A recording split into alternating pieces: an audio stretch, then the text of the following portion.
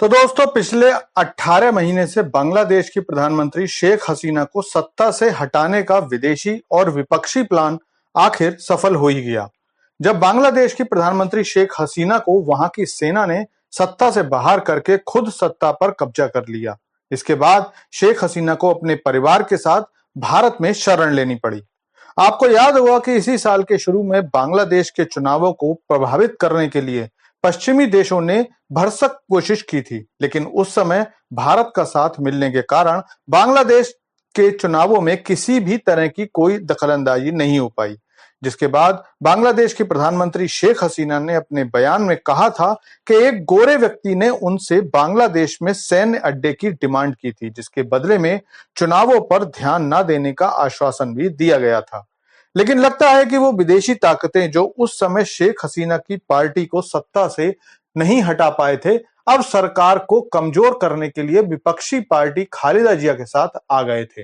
इस नए युद्ध क्षेत्र में अमेरिका, चीन और भारत अपना अपना खेल खेल रहे थे, जिसमें केवल भारत ही बांग्लादेश की प्रधानमंत्री शेख हसीना के साथ खड़ा हुआ था। जबकि अमेरिका और चीन बांग्लादेश में सत्ता परिवर्तन के लिए हर तरह की कोशिश कर रहे थे, और इन दोनों देशों को ये मौका शेख हसीना ने पिछले दिनों दे भी दिया। दरअसल चुनाव जीतने के बाद शेख हसीना सरकार ने एक बिल पारित किया, जिसके अंतर्गत 1971 में बांग्लादेश की मुक्ति में सहयोग करने वाले लोगों को नौकरी में 30% का आरक्षण मिलने वाला था। अब क्योंकि शेख हसीना की पार्टी से जुड़े लोगों ने बांग्लादेश की आजादी के लिए बढ़ चढ़कर हिस्सा लिया था, तो इस बिल से सबसे ज्यादा फायदा अवामी लीग यानी कि शेख हसीना की पार्टी को होने वाला था। इस बात को लेकर विपक्षी पार्टियों ने जबरदस्त विरोध शुरू कर दिया। सारी विपक्षी पार्टियों ने अपने समर्थकों को सड़क पर प्रदर्शन करने का आह्वान कर दिया, जिसके बाद ये प्रदर्शन बहुत ज्यादा हिंसक हो गया। सरकार ने पहले तो इस बिल को वापस लिया और उसके बाद इन लोगों को समझाने की कोशिश की कि वो हिंसक प्रदर्शनों से दूर रहें। लेकिन जब उन्होंने देखा कि विपक्षी पार्टी मानने को तैयार नहीं है, तो सरकार ने सेना को बुला लिया और उसके बाद जबरदस्त बल प्रयोग करके इन आंदोलनों को रोकने का प्रयास भी किया। लेकिन विपक्षी पार्टियों के सदस्यों ने अब हिंसा को अलग स्तर पर पहुंचा दिया है। कल रविवार को हुए हिंसा में 100 से ज्यादा लोगों के मारे जाने की खबर थी।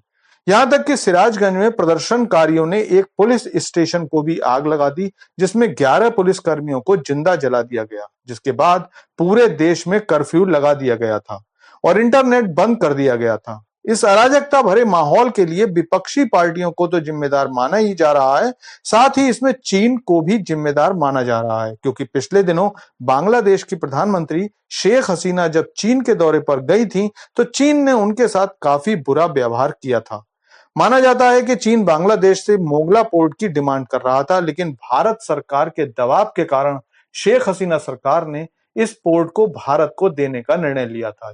इसके अलावा चीन इस बात से भी नाराज रहता है कि शेख हसीना सरकार भारत सरकार से बेहतर संबंध रखती है, जबकि चीन चाहकर भी बांग्लादेश को भारत के खिलाफ वैसे इस्तेमाल नहीं कर पा रहा है जैसे कि वो पाकिस्तान या मालदीव को इस्तेमाल कर रहा है। और इसी कारण बाहरी ताकतों की मदद से आज सेना ने बांग्लादेश की सत्ता को अपने हाथ में ले लिया। सेना अध्यक्ष ने दिए एक बयान में प्रधानमंत्री शेख हसीना को इस्तीफा देने का 45 मिनट का समय दिया था, जिसके बाद प्रधानमंत्री शेख हसीना अपने परिवार के साथ भारत की ओर आती देखी गई। लेकिन इस बारे में आपका क्या कहना है, कमेंट करके बताइए। Thanks for watching video.